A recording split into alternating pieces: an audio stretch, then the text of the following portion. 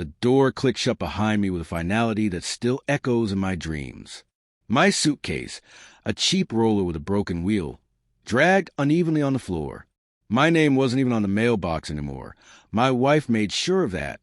"It's better this way, Dad," my daughter said without meeting my eyes, her voice cold and detached, her gaze glued to her phone. Her mother stood behind her, arms crossed, lips curled in a smirk that made me feel like I was nothing more than dirt beneath her heel.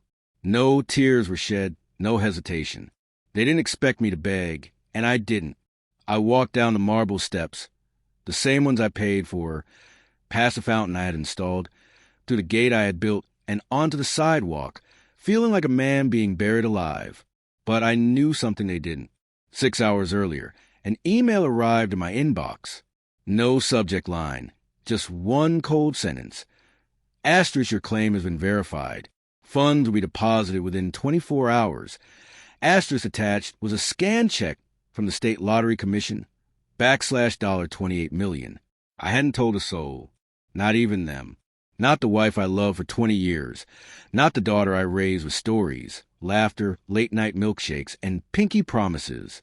And there they were, inside my house, thinking they'd won. Let me tell you how it really ended. Jenna and I married young. She had money, I had charm.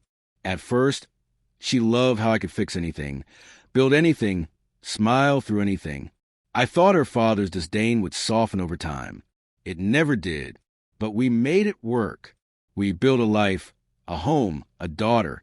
Emily, the very heartbeat of my existence. We were happy until we weren't. The money changed everything. Not mine, hers. I lost my job in construction after the injury, and Jenna took control. She handled everything. Bank accounts I wasn't allowed to access, lawyers I never met, friends I didn't recognize. She joined a wine club. And then he appeared, Grant. The business advisor with slick back hair, a Rolex, and a smile sharp as a blade. They said he was helping her diversify their investments. Funny, I found her legs spread wide on his desk when I came home early from the grocery store. I stood frozen, a bag of oranges in one hand, watching my marriage rot in real time. They didn't even stop. I didn't confront her then. I just walked out, took the truck, and drove until the sun set, feeling the bitter taste of betrayal settle deep. That night, I started planning. I began with a lawyer, my lawyer, quiet, expensive, and worth every penny. He taught me 2 things, how to disappear in plain sight, and how to watch without being seen. While Jenna laughed with Grant at charity galas, I pulled records, photos, voice memos. I got a burner phone for screenshots. I tracked her accounts, which had merged with his. My own daughter was already calling him G. I had been erased. Neatly, efficiently. They even convinced the court I was unstable, using my limp as proof I couldn't provide. They didn't know my secret, a hobby, small and quiet, buying a single scratch-off ticket every Friday like a ritual. One night at a gas station, while picking up cat litter for the cat they would later give away, I bought a ticket that changed everything. When the numbers matched, I didn't scream. I just sat in the car, staring at the ticket, smiling for the first time in months.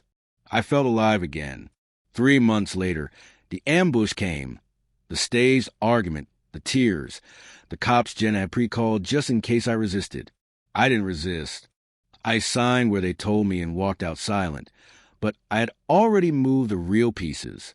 The first step was a downtown condo, paid in full under an LLC. Next, I bought controlling shares in the tech startup Grant had invested in, all anonymously.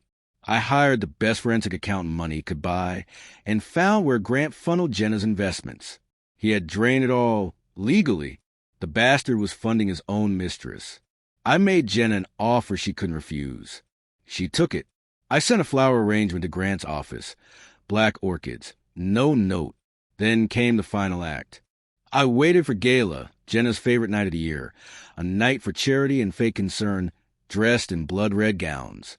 I arrived late, tuxedo sharp, clean-shaven, press pass in hand under a fake name. She didn't recognize me at first, not until I took the mic during the silent auction.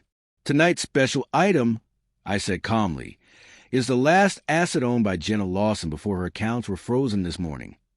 Gasps rippled through the room. Cameras flashed. I turned to her, smiling. Don't be surprised. You always told me I wasn't enough. So I became more than you could imagine. Security moved in as I handed them bulletproof legal papers. Grant stumbled out behind her. Phone pressed to his ear, sweat soaking his collar. The mistress had taken everything, and so had I. The next morning, Jenna tried to come to my condo. She buzzed 10 times. I watched from the balcony. Coffee in hand, Emily stood behind her, tears streaming down her cheeks. Maybe she realized what was happening. Maybe not. I didn't buzz them in. You asked if I regret it. No. They threw me out like garbage. The man who raised her, the man who built their world. But I didn't just survive. I rewrote the ending. People say revenge is a dish best served cold. They're wrong. It's best served calculated after a long, quiet wait. When they think they won, only to discover the man they buried came back a millionaire, rising before the sun.